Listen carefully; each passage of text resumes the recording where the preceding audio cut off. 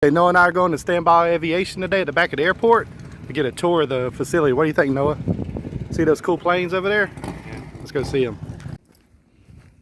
Okay, we're about to go inside the offices to check in and get our tour. Awesome. Inside the offices, Stambaugh Aviation. This is the office to check in. Check this out.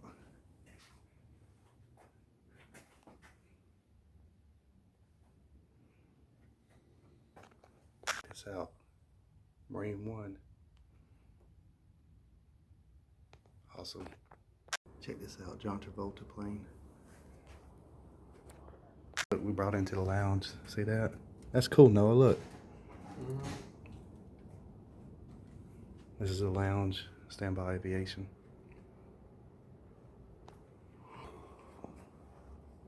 That's cool. See these two model planes? They're both Boeings. The one there, the one over there. This is in the lounge at Stambaugh Aviation in Brunswick, the back of the airport. We got a view out there, if you can see it. Pretty cool.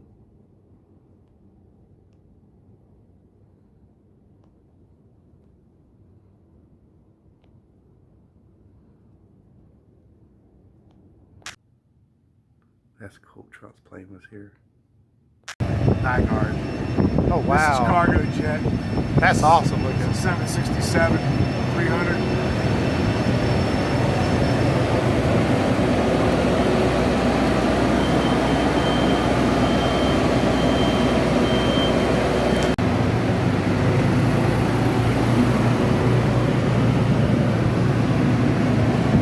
Working on scheduling airplanes. They want to bring us more than what we originally contracted for.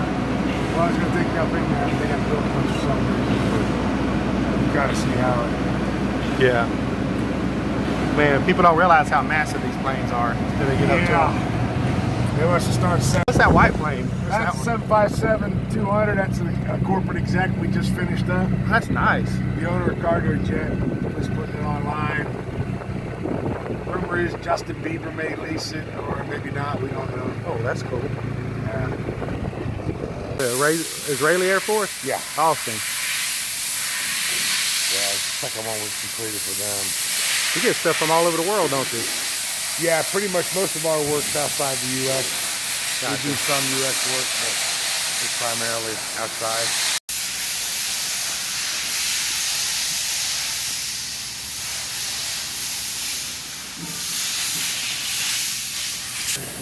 That kind of stuff.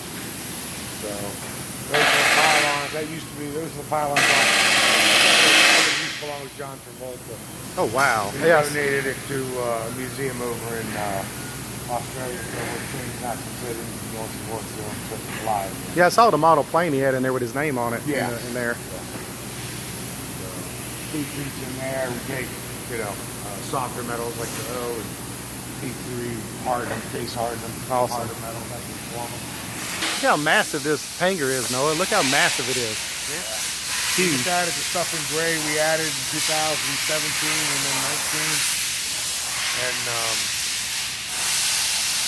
less than 20 is when it was completed. Room, awesome. Yeah, look, they got upstairs too, Noah. Take my picture. I might be on the most wanted. Uh-oh. They'll find you now. You're a Browning, of course you are. Yeah. Oh, by the way, my wife ran into your brother at the grocery store. Give her my She said, she goes, you can't get away from that boy. Yo! He said, he won't shut up. Tell me that's why I won't answer his phone calls at night. Look at all the plane parts. Here's different hardware. The last 747 was manufactured in 1974. This airplane was manufactured in the mid-60s. Yeah. This is just a tooling area where we just keep different pieces, odds and ends. A lot of this tooling is older stuff for the 7.2s, 7.3s. Not very many 7.2s still flying. So, When you did Trump's plane, did you have the Secret Service watching you? Or was that before he was president? When he was running for office, yes, we had a Secret Service station here. The whole time? The whole time. Oh, wow. This is our NDT lab. How you doing? This is where everybody goes and hides and pretends they're working. Because it's cool in walk here. in and then they get done. It's cool in here. It's the air conditioning. Yeah, it's not instructive testing. We do everything but X-ray. We don't do any X-ray work. But basically, it's a way to inspect an airplane internally without tearing things apart. But you can walk up, like, look in the lower bay if you like. Okay. Kind of see what we do. And I'll take you out. Oh, you know what that is, right? You know what that is? You know what that is, right? That's how you get off the plane. Stairs. Stairs. Yeah. They go up and down. We'll make no stuff like this. Yeah. We're trying to hire people right now. Decided trying to see if we can get some locals interested to come in, train them, put them on interiors, laborers, cleaners, that kind of stuff. Yeah. See if they want to learn aviation, you know, move them up through the ranks. Walk up there, walk up there. It's kind of cool.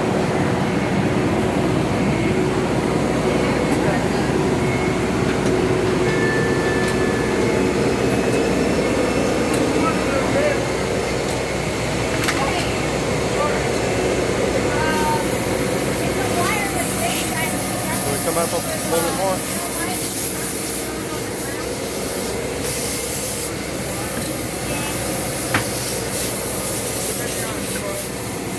Okay, ready to go down? Let's take a look. Look how big that engine is. The turbine. Look how big the turbine is on here.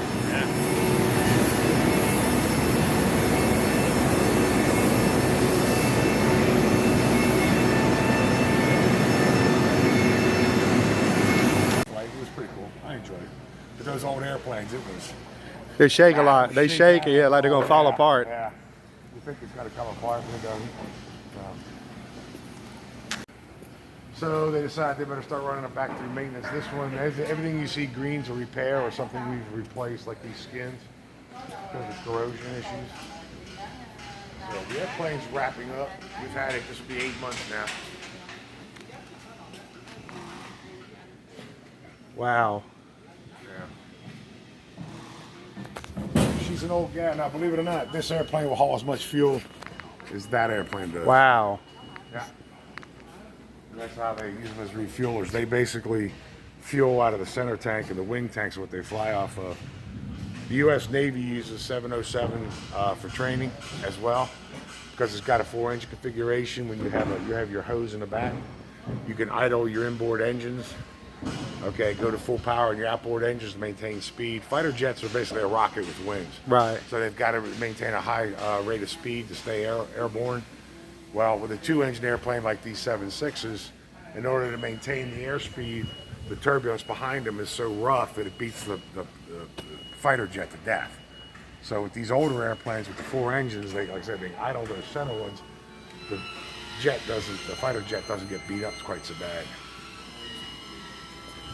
There's a platform to design a super hypersensitive GPS system, so they can actually do air-to-air refueling on drones. Oh wow, really? Yeah. The problem with drone is it's a computer run aircraft. You ever work on any Pilots. drones? No. The pilots in the cockpit, of course, are human beings, and they don't like taking orders from computers, because once Hey, working on a plane, you don't have to refuel. I was seeing like was it a new Air Force One or something? the new Air Force, I don't know what they're working on over there. This is our avionics shop. This is where all the Sparkies hang out, pretend they're doing something. Go out and wires. That's a little bit of, so what are you doing? She was running new wires. We do the best we can here. Yeah. She said you had lights upstairs weren't working. So I said, just run a new wire, right? She goes, yeah. I said, yeah, that's you. Fuck that trouble. So. Anyway. You probably hold a football game in these hangars as big as they are. Yeah, we actually had GA in practice in here one year. Really? Yeah, what was it? It was, they had some kind of playoff game, and it had been raining. Yeah. I can't remember what it was, but there's some issues. They asked me to come out here and Oh, that's cool. It's big enough though, isn't it? Yeah, we moved some airplanes on, go out and use it. That's nice of you to do that. Yeah. No, what do you think about all this? Super interesting. It is, isn't it? Every job done on an airplane has a piece of paper. We have routine cards, which I'll show you here. This is what you call routine cards. These routine cards give you, well, this one's running down low here. But here's one. It's a routine card. It gives you an inspection item. These are non-routines. Every time, so we do an inspection, you find a problem, We write it up, put it here. If it needs parts, we get a requisition, we order parts for it. When the part comes in, boy, this is clear, this will be signed off, and then that card can be signed off. Then they both go to production control. Production control logs them in the computer, the computerized. Quality control then takes them, inspects them, make sure everything's good.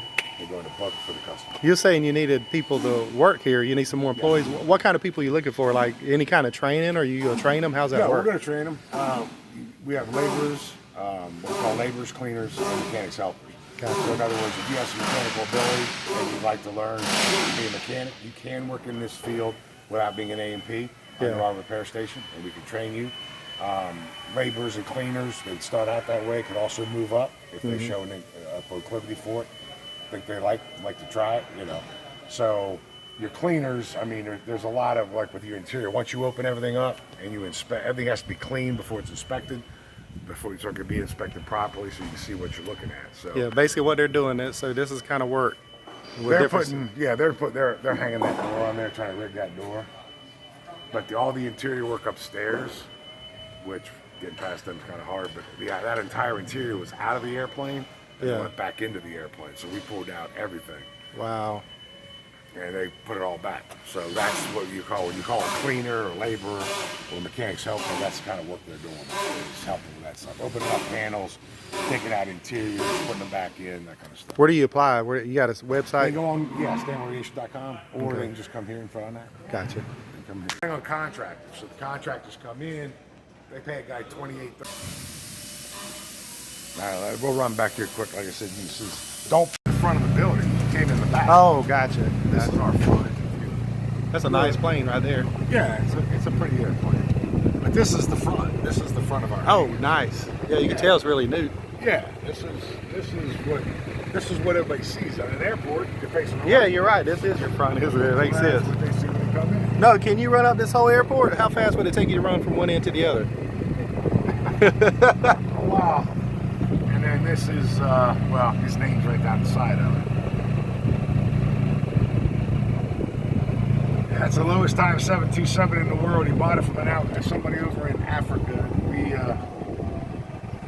painted it with all that obnoxious garbage. Who is Peter Nygaard? Forgive me. He's a fashion designer. Was a fashion designer. That's the infamous plane right there. That's the infamous. It's not very impressive, is it? It's not very impressive. 727-100. She's an old gal. These are old 707s. They belong to Omega Air, the air refueler. They're contracted for the Navy. Yes, you have a model of that in your office. That one is the Ultravolta. Needs a wash job and needs some work. This belonged to John Travolta? Yeah, the Australian overseas Qantas. Yeah. Oh, wow. That was Qantas's first Boeing 707. Does he still live in Orlando, you think? Yes, he's still living down there. This was Muammar Gaddafi's airplane. Really? Yes. Got killed, the leader. You get all the famous planes. It was bought by a planes. Romanian company, and Omega bought that one. This was 624 here. She got retired because of her age, and Boeing wouldn't support her anymore because of her cycles and hours. So what do you do with these? Just get the parts off of them when you need them? We're using them for parts, primarily on these Israeli birds right now. Eventually, they're going to tell Omega they got to, they can take what they want off of them, then we'll scrap them. Supposedly to help protect the avionics the same as it protects your car. Yeah, so it won't. Trust me, it's all fried at this point. It's been out in the sun too long. Can't leave avionics like that sit that long like that. Bread and butter, and right now he's ordering everything online, so.